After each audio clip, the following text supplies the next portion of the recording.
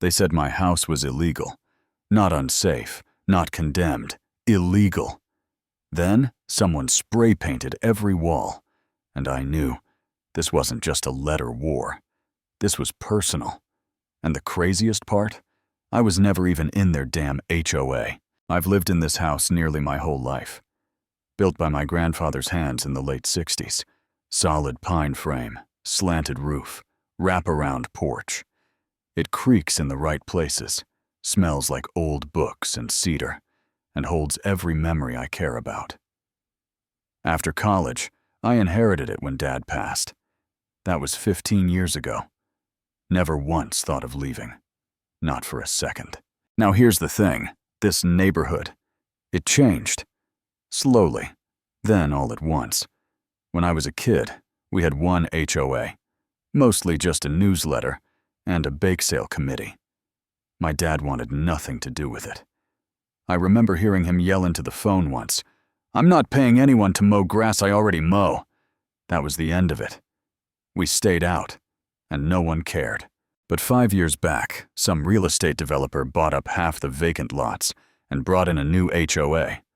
Slick name, fake smiles, thick packets of bylaws nobody asked for. They started enforcing new rules. Brick homes only. No wooden exteriors. No visible firewood. No rustic anything.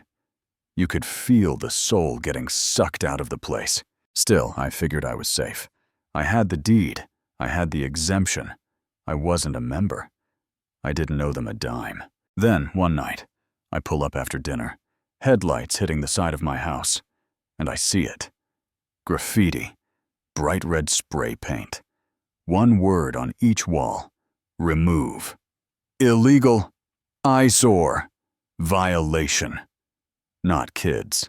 No cartoons or curse words. Just a damn message.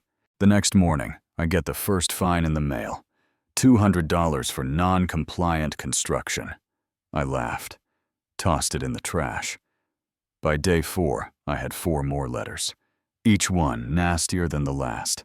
And that's when I decided to pay a visit to the new queen bee of the neighborhood, Ms. Valerie Strickland.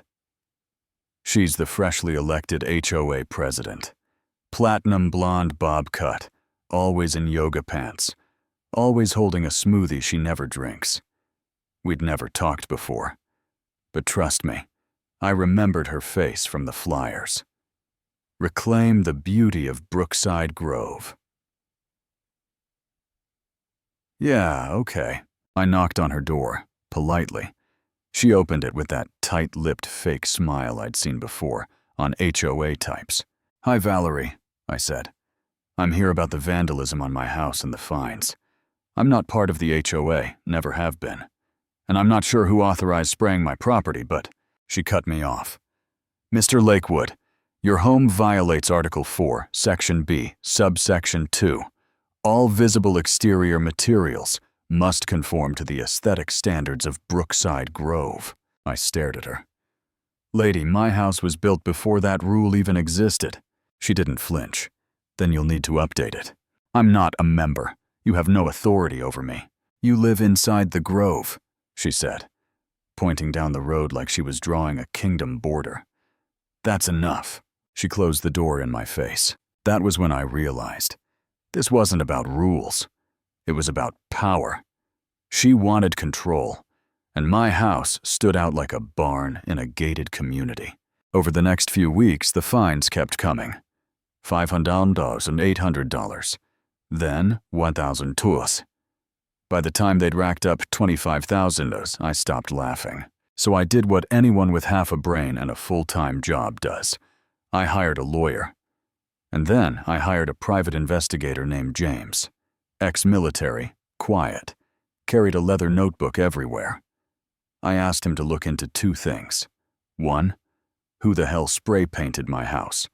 And 2, when exactly this HOA came into existence, and what rules it actually had the right to enforce. He went quiet for a week. Then one morning he called me and said, "Meet me. You're gonna want to see this." Turns out, Valerie had been editing the HOA bylaws herself, not proposing amendments, editing them, quietly changing clauses just enough to find specific properties. And yes, she'd done it to others too. 4 families, all in older wooden homes, all receiving the same threats.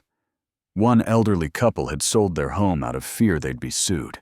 I handed everything to my lawyer. We filed the lawsuit. Court day came. Valerie strutted in with her little HOA binder and a smug little grin. But it didn't last. We had time-stamped footage of 2 men, both confirmed HOA board members, tagging my house at 2 a.m. We had screenshots of bylaws that mysteriously changed between 23 and 23. We had notarized copies of my deed, showing my property was legally excluded from HOA jurisdiction since 19. The judge tore into her, called it a deliberate abuse of administrative power. She was ordered to pay restitution for the vandalism and the harassment. And the cherry on top? She had to step down from the HOA immediately. No appeals, no delays. You'd think it would end there, right? But no. 2 weeks later, I come home from work, my side windows shattered, drain pipe crushed, dirt, literal buckets of dirt, thrown at the porch and front steps, like some toddler tantrum gone feral. Security cam caught it all. Valerie. Alone. No hoodie, no mask. Just her, swinging a bat like she was trying out for a demolition crew. I called the cops. This time, they arrested her on the spot. Charges: destruction of property, violating a restraining order, and repeated harassment. She was convicted.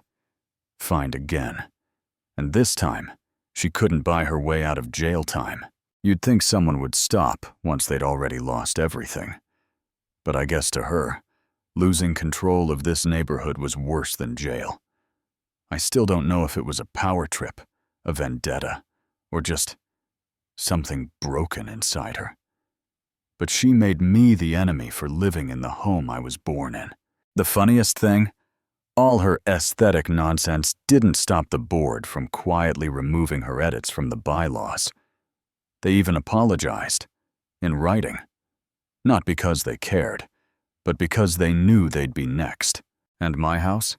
Still wooden, still standing. And now? Protected like a damn monument. So, who was really in the wrong here?